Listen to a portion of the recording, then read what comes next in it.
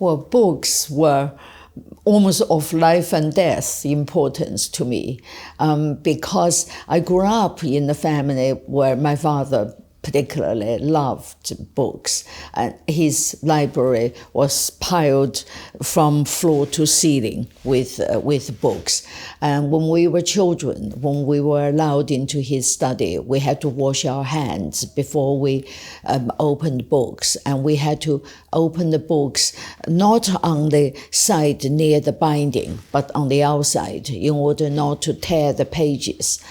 But when I was 14, the Cultural Revolution started, and Mao said, the more books you read, the more stupid you become. So books were burned across China, and Red Guards raided our flat and carted off my father's library and burned it. That was the time, I think, beginning when my father lost, had a mental breakdown. So in the Cultural Revolution, I mean, you can't believe that. I mean, for more than 10 years, there were no books in China. There was the Little Red Book and the 4 volumes of, thin volumes of Mao's writings as he edited his books again and again, all the time. So there were no books. But I was able to read hundreds of foreign and Chinese classics in the Cultural Revolution. And the reason was that I had a 13-year-old brother, an entrepreneurial 13-year-old brother, who discovered a black market in Chengdu, where we lived, in the Cultural Revolution, the books that had escaped the bonfires of the Red Guards. And so my brother bought a lot of books on the black market and hid them ingeniously at home and in the courtyard. And so I was able to read those books, which kept me sane in those years. Reading, I think, literally kept you sane in the sense that it kept your mind working. And this writer, J.G. Ballard, when he reviewed my first book, Wild Swans, and he said it was an unforgettable portrait of the brain death of a nation. I mean, in the Cultural Revolution, there was a kind of brain death. Without books, and people were much more easily brutalized.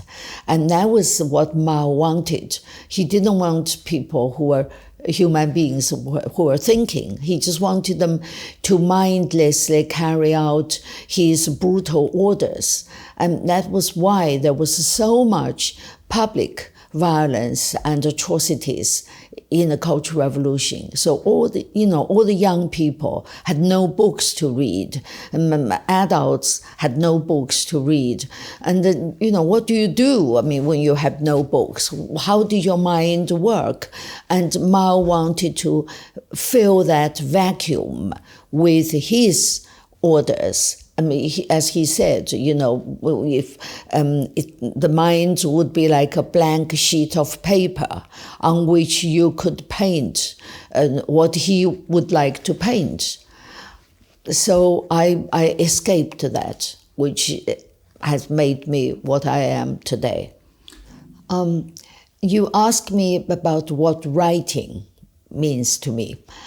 I wrote my first poem when I was 16, on my 16th birthday in 1968.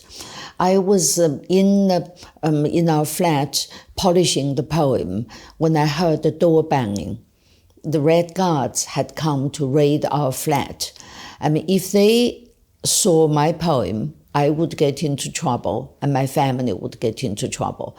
And so I had to quickly rush to the bathroom to tear up my poem and flush it down the toilet. And that was a moment of, an important moment for me, because that was the moment I realized that how much I hated the society I was living in.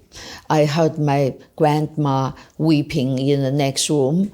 My parents were away in detention, and I had to destroy my poem. And, I had a mind which I didn't know how to think, and I couldn't talk about my ideas with my friends. I couldn't write, but the idea of writing the desire of writing never abandoned me. In the following years, I was exiled to the villages to work as a peasant, and then I became an electrician in the factory. And when I was spreading manure in the paddy fields and checking electricity supplies on top of the electricity poles, I realized later I was actually always writing in my head with an imaginary pen. But in those years, nearly all writers were persecuted. So the idea of becoming a writer never occurred to me. They lay dormant in my subconscious until 1988, when my mother inspired me to write. And then I realized when I was listening to my mother telling me the stories of my grandma, my father and herself, and I realized how much I actually loved writing and how much I had always wanted to be a writer. And so I then became a writer with a passion. And from then on, I wrote, my family stories in Wild Swans, and now Fly Wild Swans. And I wrote a trilogy of the leading personalities of modern China, from Mao, a biography of Mao, to the biography of Empress Dowager Cixi, who was an imperial concubine who launched the modern China. So to write these books, I ran risks because my writing is not party line. And some were very dangerous, like the biography of Mao. But your desire is such, and your desire of writing truthfully is such that I am happy to run all the risks. Well, I think when I write, I just write down what I find out. I mean, I have no political agenda. Much though I love democracy and reject dictatorship, but I really am not a political activist. I mean, I write. I'm in a way a storyteller. But except my stories are truth stories, nonfiction, and the thing is, a propaganda party line can't stand scrutiny. I mean, they don't have details, because once you get into details, they don't make sense. I think when I was writing Wild Swans, my mother particularly said to me that I must not think about writing a history of China, because my mother felt that my idea of history had been heavily influenced by the indoctrination I was subjected to when I was growing up in China. And I must just stick to the personal stories. In 1988, when I started writing Wild Swans, indeed, my mind was heavily conditioned by my mind of history. My idea of history was influenced by the indoctrination I had grown up with.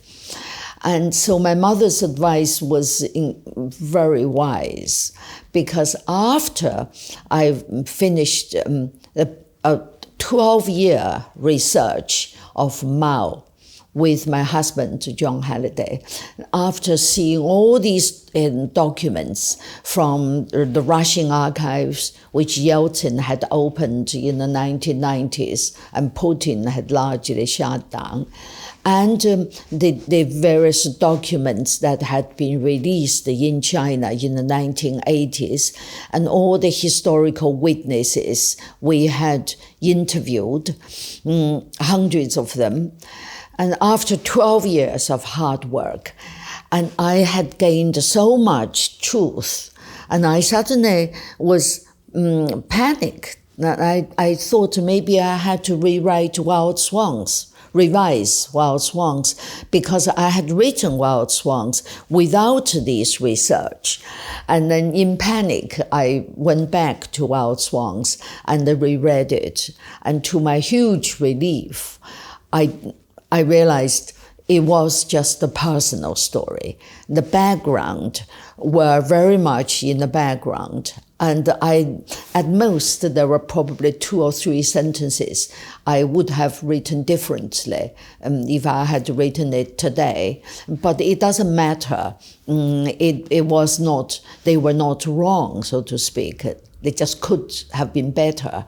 They were not wrong. So Wild Swans stood the test of time. And that was, at least partly thanks to my mother's wise advice. In China, in recent years, I'm afraid censorship has become incredibly tight. At the beginning of the reforms in the 1980s, the then reformist Chinese government had actually ordered the archives of the provinces as well as Beijing to compile documents, archive documents, to do with modern history. And so those, I was able, when I went to China to research the Mao biography, I was able to buy tons of books of these compiled documents from Beijing and ship them back to London for the book. And that were the, golden old days, which absolutely, it doesn't exist any longer. I mean, today, the bookshops, virtually nothing in the bookshops that dares to deviate from the party line. When I was researching Wild Swans in the 1980s and researching Mao in the 1990s, even the first decade of the 21st century, I was able to, of course there was censorship, but there was, it was relative, at the academic world, was relatively relaxed. And there were many very good sort of academic papers and research subjects, relatively. And all those are gone.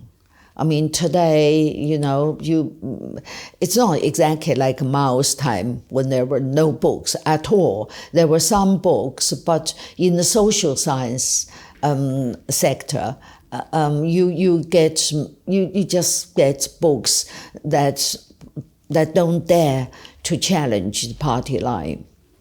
Well, I think that, yes, in the West, of course, people take for granted the freedoms, including freedom of speech, of reading, of writing, whatever you want to, what you want to do. People tend to take that for granted. And so when there are suddenly that books you can't write, books that are maybe still deemed too sensitive, expressions, words that are deemed offensive. And suddenly there is this tendency to censor expressions. And I feel, of course, I react very anxiously But I'm very glad to say a large part of the society also react passionately, because those things, those freedoms are so important, and they must be allowed to exist. And people shouldn't censor themselves as long as they don't preach violence and killings and that sort of thing. I love Britain. I love Britain particularly for its tolerance. I mean, for many, many years, I never encountered their sort of desire to, never encountered the acts of censorship. The censorship that emerged in the last few years, and I think is being righted. Because I think, Britain is too old a civilization, too old a democracy to allow this censorship to last long. Mm-hmm. And books can certainly contribute to changing the world. Mao, my subject of 12 years, actually knew this very well. And he said, to see, for him, everything's power. Yeah. To seize power, you need two things. One is the gun, the other is the pen. Of course, for him, the pen is a propaganda, and the gun, of course, does the killing and the seizing of the power. But I think he's in a way, he's touched something which is important, which is the importance of the pen.